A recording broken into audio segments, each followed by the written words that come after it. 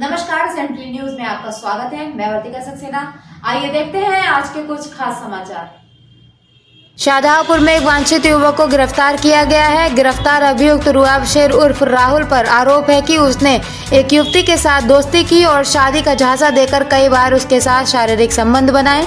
इतना ही नहीं, उसने पीड़िता के आधार कार्ड में उसकी आयु भी परिवर्तित कराई तथा संबंध रखने से मना करने पर जान से मारने की धमकी दी। आरोपी युवक रुआब शेर फर्रुखाबाद जनपद का निवासी है तथा युवती शाहजहांपुर जनपद के जलालाबाद थाना क्षेत्र की निवासी है।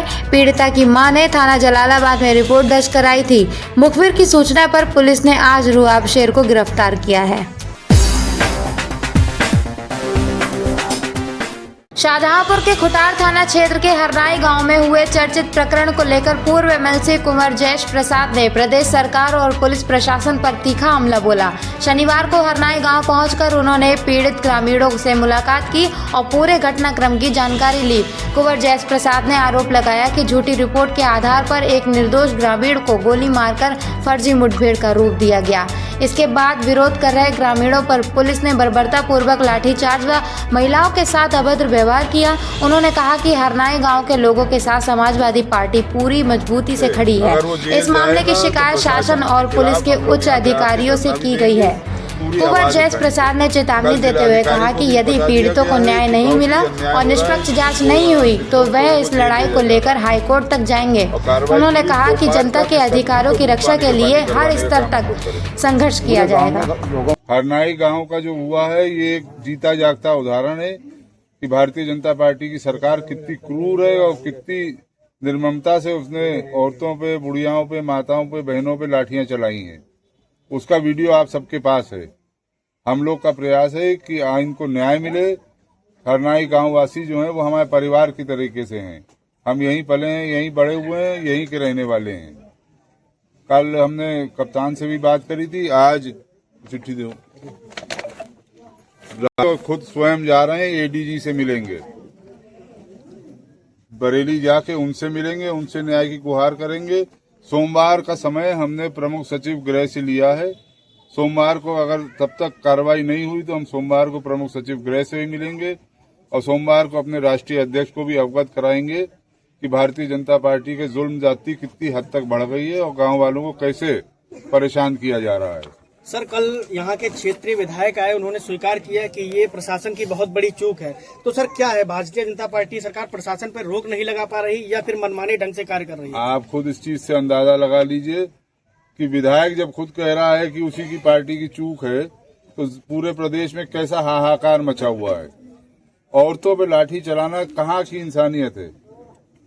मेरा सिर्फ यही कहना है, जिन्होंने लाठी चलाई अगर लड़का दोषी है तो उसे जेल भेजना चाहिए था। फर्जी एनकाउंटर क्यों करा गया उसका? क्यों उसके पैर खराब करे गए? जिन्होंने करे उनको सजा मिले, उन्हें सस्पेंड होना चाहिए तुरंत। गाँव वालों का आरोप है कि हम लोगों ने पुलिस को सौंपा था, जो आरोपी है उसे हम लोगों ने दिया, फिर भी पुलिस ने एनकाउंटर कर दिया। वही चीज कह रहे हैं, जो गाँव वालों ने दिया है, पुलिस ने क्यों गोली चलाई? जेल भेज देते उसे, अगर वो दोषी होता उसे सजा न्यायालय देता। सरकार से अगर हम लोग को न्याय नहीं मिला, सोमवार को हम हाईकोर्ट में याचिका दायर कराएंगे। इसीलिए हम दो वकील अपने साथ लेके आए शाहजहांपुर से। सोमवार को जाके याचिका दायर करके हाईकोर्ट से डायरेक्शन कराएंगे कि उनको सस्पेंड करा जाए और इन लोग की गवाही कराएंगे। जो मुलजिम है उसके भाई का, उसने जब पुलिस के हाथ में दिया था तो उसका इनकाउंटर क्यों करा? उन लोगों ने गोली क्यों मारी उसके पैरों में? सर एक सवाल और है, जनता पूछ रही कि अगर हमको प्रशासन से न्याय नहीं मिलेगा, अगर हम अपना संवैधानिक तरीके से धरना करते हैं तो उसके लिए अगर हमारे ऊपर लाठियां बरसाई जाएगी तो हम कहां जाएंगे न्याय के लिए? न्याय के लिए हम लोग पहले प्रशासन से लड़ेंगे, फिर हम लोग हाईकोर्ट जाएंगे और तब भी नहीं मिलेगा तो धरने में मैं सब पूरे गाँव वालों के साथ और पूरे एरिया के लोग यहाँ सब इकट्ठा धरने में बैठेंगे। शासन के पास इतनी पुलिस नहीं है जितने लोग यहाँ पे इकट्ठा होंगे अगले धरने में।